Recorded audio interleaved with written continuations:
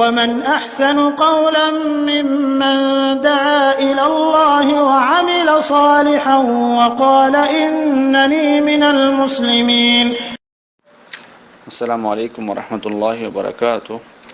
আমাদের একজন ভাই প্রশ্ন করেছেন যে উনি শুনেছেন যে সদকা করলে নাকি মৃত্যুর সময় যে যন্ত্রণা হয় সে যন্ত্রণা কমে, যে কারণে উনি ওনার দেশে যারা আত্মীয় স্বজন আছে দরিদ্র অসচ্ছল তাদেরকে তিনি দান করে থাকেন। তো এক্ষেত্রে তাদেরকে দান করলে তিনি এই যে ফজিলত এটির অধিকারী হবেন কিনা। উত্তরে বলবো যে আমার জানা নেই এটি যে সদকা করলে মৃত্যুর যন্ত্রণা থেকে কম হবে, এটি আমার জানা নেই।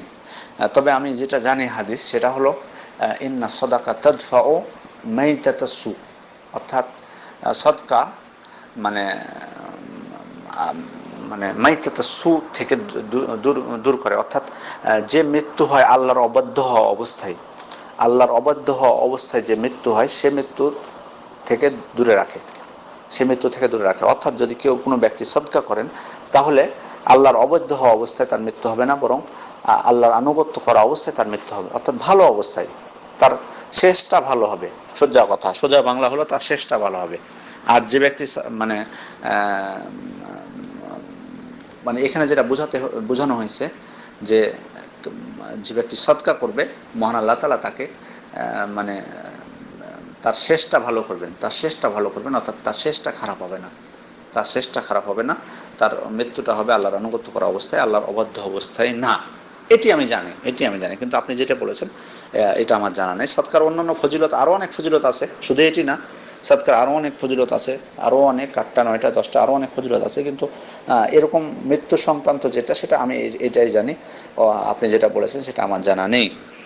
আর আপনি যেটি বলেছেন আসলে আপনি সদকা বলতে এখানে জাকাত বোঝাচ্ছেন কি? যদি জাকাত উদ্দেশ্য হয় আপনার, তাহলে আপনি যখন আপনার আত্মীয় স্বজন যারা আছে তাদেরকে দিবেন, স্বাভাবিকভাবেই তাদের যদি দান নেওয়ার অভ্যাস না থাকে তাহলে তাদেরকে আপনাকে জানিয়ে দিতে হবে যে তারা এটি জাকাতের পয়সা তারা নিতে রাজি আছে কিনা, এটি আপনাকে জানাতে হবে তাদেরকে।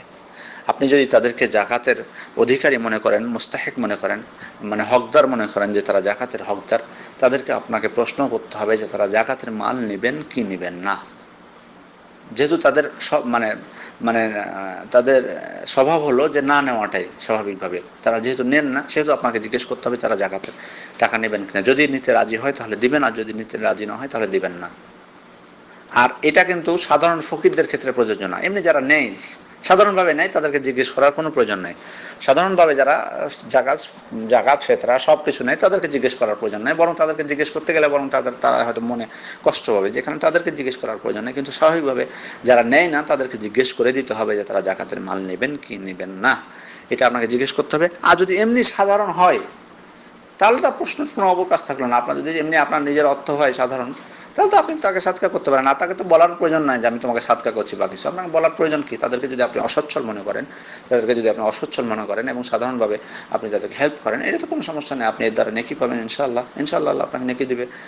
কিন্তু যদি জাকাতের হয় তাহলে তাদেরকে বলে দিবেন যে তারা নেবে কিনা। আর জাকাত ছাড়া অন্য সাদকা হলে কোনো সমস্যা নেই, আসসালামু আলাইকুম ওয়া রাহমাতুল্লাহি ওয়া বারাকাতুহু।